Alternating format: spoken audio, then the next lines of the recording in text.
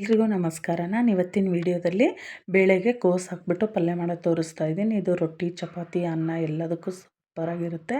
ಇದನ್ನು ನಾವು ಈಸಿಯಾಗಿ ಮತ್ತು ಸೊಪ್ಪಿಲ್ಲದೆ ಇರೋ ಟೈಮಲ್ಲಿ ಸೊಪ್ಪು ಹಾಕ್ಬಿಟ್ಟು ಮಾಡ್ತೀವಲ್ಲ, ಅದೇ ಥರ ಸೊಪ್ಪಿಲ್ಲದೆ ಇರೋಂಗೆ ಇದನ್ನು ಬರೀ ಕೋಸು ಹಾಕ್ಬಿಟ್ಟು ಮಾಡೋದು ಟೇಸ್ಟ್ ಅಂತೂ ಸೂಪರಾಗಿರುತ್ತೆ. ನೋಡಿ, ಇಲ್ಲೊಂದು ಕೋಸಲ್ಲಿ ನಾನು ಒಂದು ಅರ್ಧ ಭಾಗನ ಕಟ್ ಮಾಡಿ ಈ ಥರ ಚಿಕ್ಕದಾಗಿ ಕಟ್ ಮಾಡಿ ಇಟ್ಕೊಂಡಿದ್ದೀನಿ.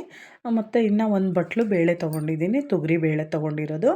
ಇದೆರಡು ಹಾಕ್ಬಿಟ್ಟು ಮಾಡೋದು. ಇನ್ನು ಒಗ್ಗರಣೆಗೆ ಎಣ್ಣೆ, ರುಚಿಗೆ ತಕ್ಕಷ್ಟು ಉಪ್ಪು, ಒಂದೆರಡು ಟೊಮೊಟೊ, ಖಾರಕ್ಕೆ ಮೆಣಸಿನ್ಕಾಯಿ, ಈರುಳ್ಳಿ ಎಲ್ಲ ಕಟ್ ಮಾಡಿ ಇಟ್ಕೊಂಡಿದ್ದೀನಿ. ಇನ್ನು ಸಾಸಿವೆ, ಜೀರಿಗೆ, ಕರಿಬೇವು, ಬೆಳ್ಳುಳ್ಳಿ, ಕೊತ್ತಂಬರಿ ಸೊಪ್ಪು ಮತ್ತು ಸ್ವಲ್ಪ ಅರಿಶಿನದ ಪುಡಿ ಮತ್ತು ಒಂದು ಸ್ವಲ್ಪ ಸಾಂಬಾರು ಪುಡಿ, ಮನೇಲಿ ಯೂಸ್ ಮಾಡ್ತೀವಲ್ಲ ಮಸಾಲ ಪುಡಿ ಅದೇ. ಇವಾಗ ನೋಡಿ, ಫಸ್ಟ್ ನಾನು ಒಂದು ಕುಕ್ಕರ್ಗೆ ಬೇಳೆ ಹಾಕ್ಬಿಟ್ಟು ಒಂದೆರಡು ಸರಿ ವಾಶ್ ಮಾಡಿಕೊಂಡು ಅದಕ್ಕೆ ನಾನು ಈ ಕೋಸೇನು ಕಟ್ ಮಾಡಿ ಇಟ್ಕೊಂಡಿದ್ನಲ್ವ, ಆ ಕೋಸನ್ನು ಹಾಕ್ಬಿಟ್ಟು ಅದು ಬೇಯೋಕ್ಕೆ ಎಷ್ಟು ನೀರು ಗೊತ್ತಾಗುತ್ತಲ್ವ ನಮಗೆ, ಅಷ್ಟು ನೀರು ಹಾಕ್ಬಿಟ್ಟು ಲಿಡ್ ಕ್ಲೋಸ್ ಮಾಡಿ ಒಂದೆರಡು ವಿಜಿಲ್ ಹಾಕಕ್ಕೆ ಇಟ್ಬಿಡೋಣ. ನೋಡಿ, ಇದು ಕುಕ್ಕರು ಎರಡು ವಿಜಿಲಿಗೆ ಕರೆಕ್ಟಾಗಿ ಆಗುತ್ತೆ. ಬೇಳೆ ಮತ್ತು ಕೋಸು ಸಹ ಕರೆಕ್ಟಾಗಿ ಬೆಂದಿರುತ್ತೆ. ಅದು ಕುಕ್ಕರು ನಮಗೆ ತಣ್ಣಗಾಗೋ ಅಷ್ಟೊತ್ತಿಗೆ, ಪ್ರೆಷರ್ ಹೋಗೋ ಅಷ್ಟೊತ್ತಿಗೆ ನಾವು ಒಗ್ಗರಣೆನ ರೆಡಿ ಮಾಡ್ಕೊಳ್ಳೋಣ. ನೋಡಿ, ಇಲ್ಲಿ ಒಂದು 3 ಟೇಬಲ್ ಸ್ಪೂನ್ ಎಣ್ಣೆ ಹಾಕ್ಬಿಟ್ಟು, ಎಣ್ಣೆ ಬಿಸಿ ಆದಮೇಲೆ ಸಾಸಿವೆ, ಜೀರಿಗೆ ಮತ್ತು ಬೆಳ್ಳುಳ್ಳಿ ಹಾಕಿ ಕರಿಬೇವು ಹಾಕೋಣ. ಇದೆಲ್ಲದು ಸ್ವಲ್ಪ ಫ್ರೈ ಆದಮೇಲೆ ಇದಕ್ಕೆ ನಾವು ಹಸಿಮೆಣ್ಸಿನ್ಕಾಯಿನೂ ಹಾಕ್ಕೊಳ್ಳೋಣ. ಸ್ವಲ್ಪ ಹಿಂಗೆ ಹಾಕ್ಬಿಟ್ಟು ಆಮೇಲೆ ಹಸಿಮೆಣ್ಸಿನ್ಕಾಯಿ ಮತ್ತು ಮೆಣಸಿನ್ಕಾಯಿ ಸ್ವಲ್ಪ ಫ್ರೈ ಆದಮೇಲೆ ಈರುಳ್ಳಿನೇ ಹಾಕೋಣ. ಈರುಳ್ಳಿ ಮತ್ತು ಮೆಣಸಿನ್ಕಾಯಿ ಎರಡು ಚೆನ್ನಾಗಿ ಬೇಯಲಿ ಒಗ್ಗರಣೆಯಲ್ಲಿ. ಆಮೇಲೆ ಈರುಳ್ಳಿ ಮತ್ತು ಮೆಣಸಿನ್ಕಾಯಿ ಬೆಂದಾದಮೇಲೆ ಸ್ವಲ್ಪ ಒಂದು ಹಾಫ್ ಬೆಂದಾದಮೇಲೆ ಒಂದೆರಡು ನಿಮಿಷ ಬೇಯಿಸ್ಕೊಳ್ಳೋಣ. ಬೆಂದಾದಮೇಲೆ ಟೊಮೊಟೊನೂ ಹಾಕ್ಕೊಳ್ಳೋಣ.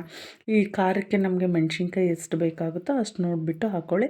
ನಿಮಗೆ ಹಸಿ ಖಾರ ಇಷ್ಟ ಇಲ್ಲ ಅಂದ್ರೂ ನಾವು ಇಲ್ಲಿ ಇದು ಖಾರದ ಪುಡಿನೂ ಹಾಕ್ಕೋಬೋದು, ಒಣಮೆಣ್ಸಿನ್ಕಾಯಿನೂ ಹಾಕ್ಕೋಬೋದು.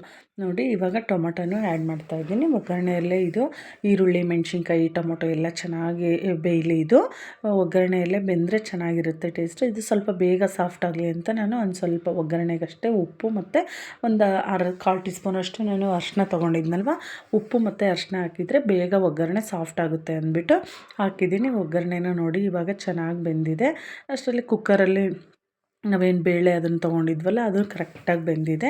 ಇವಾಗ ನೋಡಿ, ಒಗ್ಗರಣೆ ಬೆಂದಿದೆ ಅಲ್ವ. ಬೆಂದಾದಮೇಲೆ ಇದಕ್ಕೆ ನಾನೇನು ಸಾಂಬಾರು ಪುಡಿ ತೊಗೊಂಡಿದ್ನಲ್ಲ ಮಸಾಲ ಪುಡಿ, ಅದನ್ನು ಹಾಕ್ಬಿಟ್ಟು ಒಂದು ನಿಮಿಷ ಫ್ರೈ ಮಾಡಿ ನಾವು ಬೇಳೆ ಮತ್ತು ಇದೇನು ಕೋಸು ಬೇಯಿಸ್ಕೊಂಡಿದ್ವಿ ಅಲ್ವ ಅದನ್ನು ಹಾಕ್ಬೋದು. ಹಾಕ್ಬಿಟ್ಟು ಚೆನ್ನಾಗೆಲ್ಲ ಮಿಕ್ಸ್ ಮಾಡ್ಕೊಳ್ಳೋಣ. ಮಿಕ್ಸ್ ಮಾಡಿಬಿಟ್ಟು 1-2 ನಿಮಿಷ ಇದನ್ನು ಕುದಿಯೋಕೆ ಬಿಡೋಣ. ನಾನು ಆವಾಗಲೇ ಉಪ್ಪು ಇದಕ್ಕೆ ಮಾತ್ರ ಹಾಕಿದ್ದು, ಒಗ್ಗರಣೆಗೆ ನನಗೆ ಸ್ವಲ್ಪನೇ ಉಪ್ಪು ಹಾಕಿದ್ದೆ. ಇವಾಗ ಬೇಳೆ ಇದೆಲ್ಲ ಹಾಕಿರ್ತೀವಿ ಅಲ್ವ, ಇನ್ನೊಂದು ಸ್ವಲ್ಪ ಉಪ್ಪನ್ನು ಹಾಕಬೇಕು. ನೀರು ನೋಡಿ, ನೀರು ಅದೇ ಕುಕ್ಕರ್ಗೆ ನಾವು ಒಂದು ಸ್ವಲ್ಪ ನೀರು ಹಾಕ್ಬಿಟ್ಟು ಹಾಕ್ಕೊತಾ ಇದ್ದೀನಿ. ತುಂಬ ಇದು ತಣ್ಣಗಾದ್ಮೇಲೆ ಗಟ್ಟಿಯಾಗಿಬಿಡುತ್ತಲ್ವ, ಅದಕ್ಕೆ ಸ್ವಲ್ಪ ನೀರು ಹಾಕ್ಕೊಂಡು ಉಪ್ಪು ರುಚಿಗೆ ನೋಡಿ, ರುಚಿಗೆ ಎಷ್ಟು ಬೇಕೋ ಅಷ್ಟು ಉಪ್ಪು ಹಾಕ್ಕೊಂಡು ನಾನು ಆಮೇಲೆ ಚೆನ್ನಾಗಿ ಇದನ್ನ ಕುದಿಯಕ್ಕೆ ಬಿಟ್ಟಿದ್ದೀನಿ.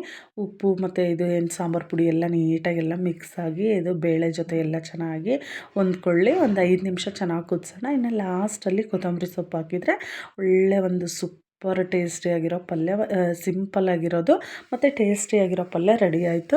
ನಾವು ಬರೀ ಕೋಸು ಮಾಡ್ಕೊಳ್ಳೋದಕ್ಕಿಂತ ಒಂದು ಸರಿ ನಾವು ಈ ಥರ ಬೇಳೆಲಿ ಹಾಕ್ಬಿಟ್ಟು ಮಾಡಿದರೆ ಇದು ಅನ್ನಕ್ಕೂ ಚೆನ್ನಾಗಿರುತ್ತೆ, ರೊಟ್ಟಿಗೂ ಸೂಪರಾಗಿರುತ್ತೆ, ಚಪಾತಿ ಎಲ್ಲದಕ್ಕೂ ಸೂಪರಾಗಿರುತ್ತೆ.